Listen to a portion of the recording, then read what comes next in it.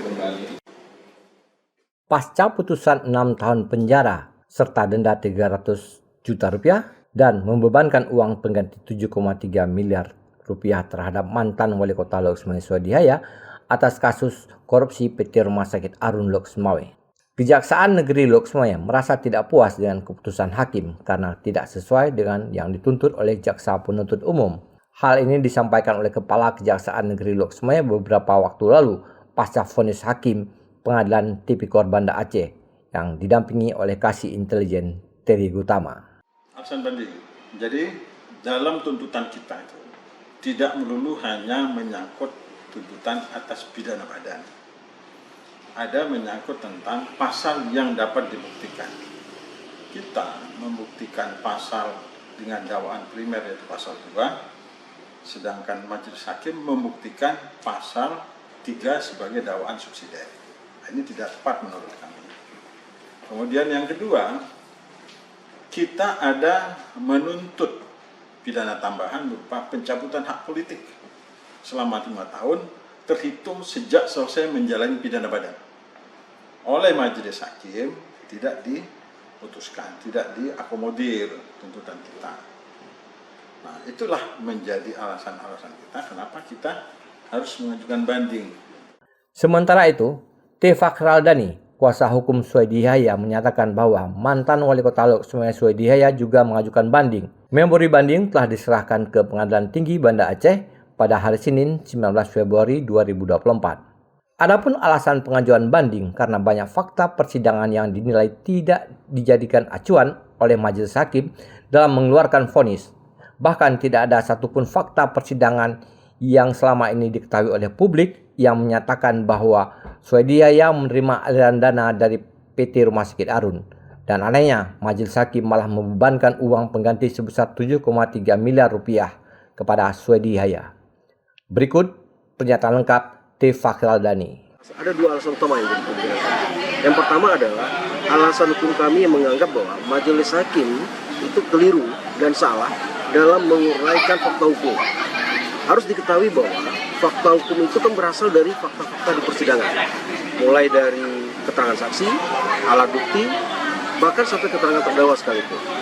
Kalau mungkin kita mengikuti persidangan itu, dan saya yakin masyarakat publik juga mengikuti persidangan ini, itu kan clear bahwa terhadap fakta-fakta itu akan kelihatan dia. Sehingga kesimpulan-kesimpulan di dalam putusan itu menurut saya sangat bertentangan dengan fakta persidangan, sehingga tidak dapat dijadikan fakta hukum.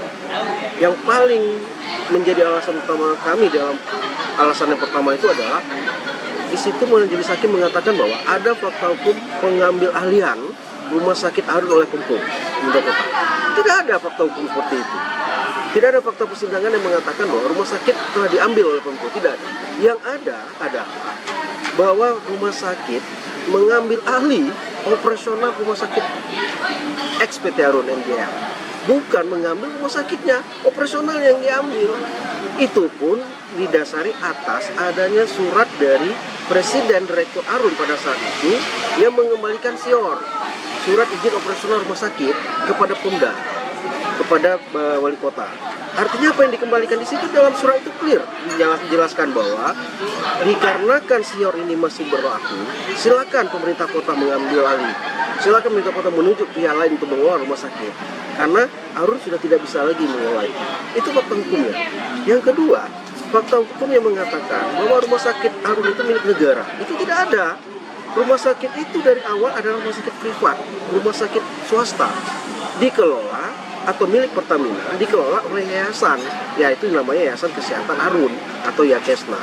Tidak ada campur tangan pemerintah di situ. Kemudian fakta hukum yang menurut kami juga keliru, fakta yang keliru menjadi fakta hukum adalah pada saat rumah sakit itu diserahkan kepada Kementerian Keuangan, maka yang terjadi adalah pemerintah Pemko berusaha meminta dialihkan bangunan dan rumah sakit tersebut untuk menjadi milik pemerintah kota. Namun ditolak. Artinya pemerintah kota tidak sama sekali tidak menerima hibah apapun bentuk bangunan itu. Yang dia lakukan adalah operasional PT Arun. Itu fakta yang pertama yang menjadi pertimbangan kami mengapa mengajukan memori banding. Karena kami menganggap majelis hakim keliru dalam mengutip fakta-fakta persidangan menjadi fakta hukum. Kemudian alasan kami yang kedua adalah tentang pembuktian pasal, unsur-unsur daripada pasal didakwakan oleh JPU terhadap klien kami. Di dalam pembuktian pasal, majelis mengatakan bahwa pasal 2 tidak terbukti dan tidak perlu dibuktikan. Pasal primer, dakwaan primer. Kenapa? Karena itu tidak ada sangkut pautnya dengan terdakwa. Jadi yang disalahkan itu penyalahgunaan kewenangan. Jadi itu lebih tepat pada pasal 3. Oke. Kita sepakatlah kalau memang pasal 2 tidak terbukti, karena itu berarti kita anggap berarti majelis hakim menemukan ketidakdakwaan jaksa terhadap dakwaan primer itu tidak terbukti. Kemudian yang kedua, dakwaan subsidiar yang menurut majelis hakim pada kesimpulan akhirnya itu terbukti. Saya coba menguraikan beberapa unsur yang terdapat dalam pasal ini. Di dalam alasan keberatan kami adalah keberatan yang pertama, terbuktinya unsur setiap orang. Bagi kami, kuasa hukum dan tim mengatakan bahwa tidak ada pembuktian di dalam unsur setiap orang terbukti pada diri terdakwa. Kenapa? Karena di dalam setiap orang yang dimaksud dalam pasal 3 itu adalah orang dalam jabatan. Nah, orang dalam jabatan itu di dalam undang-undang mengatakan bahwa kalau dia melaksanakan sesuatu karena perintah undang-undang, dia harus dilepaskan. Dia tidak bisa dihukum, tidak bisa dipidana. Kita boleh buka itu pasal 50 KUHP. Situ clear dikatakan bahwa mereka yang melaksanakan perintah undang-undang tidak dapat dipidana. Yang dilakukan oleh terdakwa Swedia dalam klien kami adalah perintah undang-undang. Yang pertama, mengeluarkan SK pengambil alihan, itu karena jabatan beliau sebagai wali kota. Menunjuk PDPL untuk mengelola rumah sakit untuk kepentingan masyarakat, itu merupakan kewenangan beliau sebagai wali kota. Menunjuk Haryadi untuk melakukan atau membuat badan hukum guna mengelola rumah sakit, itu merupakan kewenangan dia dalam KPN sebagai kuasa pemegang modal pada BUMD. Membuat surat pemberitahuan bahwa rumah sakit itu bukan anak perusahaan BUMD, itu merupakan kebijakan beliau sebagai wali kota mendiamkan kekisruhan yang terjadi pada masa itu, mentafsir kedudukan status hukum daripada rumah sakit, apakah anak perusahaan atau bukan. Jadi yang beliau lakukan ini kan semua perintah undang-undang. Itu yang menjadi alasan-alasan kami terhadap keberatan tidak terpenuhinya unsur setiap orang. Lalu majelis hakim juga mengatakan bahwa telah terpenuhinya unsur penyalahgunaan kewenangan sehingga menguntungkan orang lain. Siapa yang diuntungkan dalam hal ini? Kalau yang diuntungkan itu adalah saudara Haryadi. Siapa Pak Haryadi? Pak Haryadi itu adalah Direktur Keuangan pada PDML. Dia melaksanakan tugas dalam kapasitas dia mengelola BUMD dalam kapasitas. Kaitannya dengan terdakwa menunjuk Haryadi untuk melakukan itu dalam kawasan kewenangan sebagai pemilik modal BUMD. Jadi tidak ada kekeliruan menurut saya menguntungkan orang lain di situ.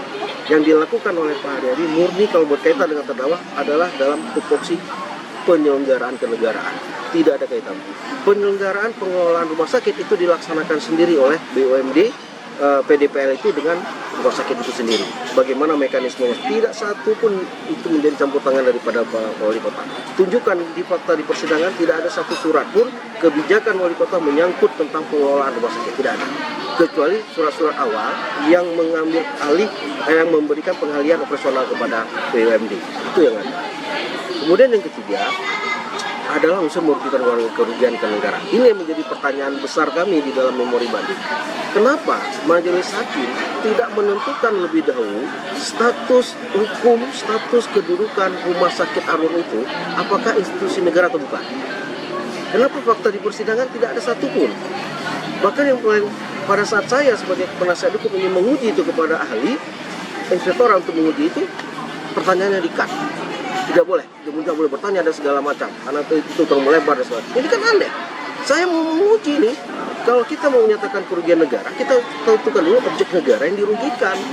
Kalau di dalam fakta tidak ditemukan objek negara yang dirugikan, kenapa dikatakan negara rugi? Nah, ini yang jadi alasan utama saya menyangkut tentang status. Karena dari awal status rumah sakit XPT Harun itu adalah private, rumah sakit swasta, pengelolaannya saja dilakukan secara swasta. Bagaimana PT Rumah Sakit Arum mengelola, bagaimana BPDPL atau PT mengelola, itu tidak menjadi kewenangan atau menjadi tanggung jawab daripada wali kota. Itu di mereka semua. Kenapa sekarang disalahkan beliau? Jadi bagi saya kerugian negara itu tidak. Lalu kita kembali ke inspektorat. Inspektorat telah melakukan perhitungan kerugian negara. kita dalam memori banding juga mengatakan alasan keberatan kita menolak perhitungan kerugian negara oleh inspektorat. Kenapa? Karena kita gunakan undang-undang di dalam pasal 23E Undang-Undang Dasar untuk Undang-Undang Pemerintahan Negara clear bahwa yang bisa mendeklar kerugian negara itu BPK. BPKP, inspektorat silakan memeriksa, silakan menghitung, tapi tidak boleh mengclear. Tapi di dalam laporan keuangan negara, dalam laporan perhitungan keuangan negara yang kami terima dan juga menjadi bukti di depan persidangan, inspektorat sudah mengklaim telah terjadi kerugian negara secara total loss. Ini yang menjadi pertanyaan saya, kenapa ini tidak diuji oleh majelis hakim, tidak diinikan, malah diambil mentah-mentah dan ini menjadi alasan keberatan kita terhadap putusan tersebut. Kemudian yang berikutnya adalah tentang masalah 15 item kerugian negara yang terjadi yang dihitung oleh inspektorat, kemudian sebagian dinyatakan oleh majelis hakim itu bukan merupakan kerugian negara, tapi sebagian dinyatakan kerugian negara. Nah, ini yang makin menurut kami pertimbangan yang sangat bertentangan. Satu sisi majelis mengatakan bahwa perbuatan daripada PT Rumah Sakit Arun dengan rumah sakit dan dengan PDPL itu adalah perbuatan yang sah. Tetapi di satu sisi lain mereka beranggapan bahwa perbuatan yang dilakukan oleh PT Rumah Sakit Arun dan PDPL itu ada tidak sah. Mana yang tidak sah? Yang pertama, dia menyatakan sah tentang gaji, tentang pengangkatan direktur, kemudian tentang pendapatan terhadap direktur, pendapatan operasional rumah sakit itu dianggap sah. Tetapi terhadap penerimaan gaji fiktif yang terungkap, kemudian penerimaan gajinya direksi, pembagian laba direksi akhir tahun dari kita itu dianggap tidak sah. Kalaulah fakta di persidangan mengatakan bahwa RUPS PT RSLA itu tidak sah, maka semua perbuatan dari PT RSLA dianggap tidak sah. Tapi ini faktanya, sebagian itu dianggap sah, sebagian tidak sah. Itu menjadi alasan keberatan kita. Itu kita tuangkan semua dalam memori banding kita, dan kita berharap majelis hakim di majelis hakim tinggi ini bisa membuka kembali, karena memori banding itu hanya menjadi pertimbangan. Karena yuris faksi pengadilan tinggi itu berwenang membuka kembali berkas-berkas, bahkan memanggil kembali saksi, ahli, atau bahkan terdakwa untuk mendengar sendiri keterangannya untuk menambah pertimbangan. Walaupun prosesnya itu ada berbeda dengan pemeriksaan di tingkat pertama.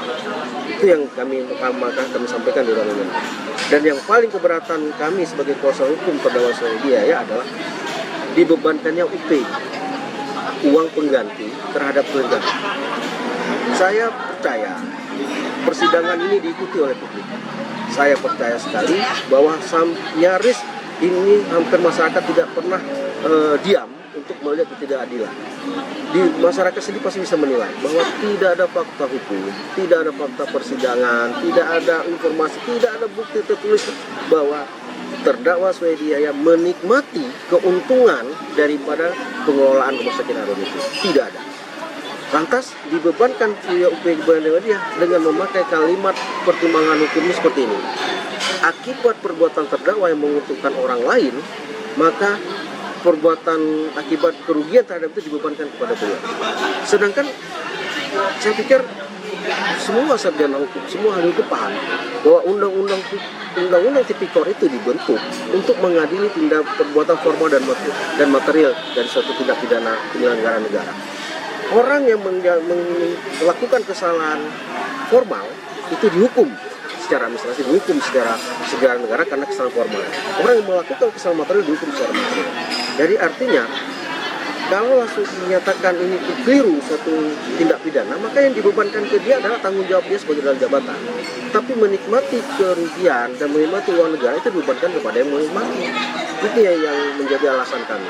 Ya, kita berharap majelis hakim tingkat tinggi bisa melihat ini semua dengan baik, sehingga rasa keadilan bagi klien kami bisa kami dapatkan. Dari Banda Aceh, Denny Mungtadi melaporkan untuk Puja TV Aceh.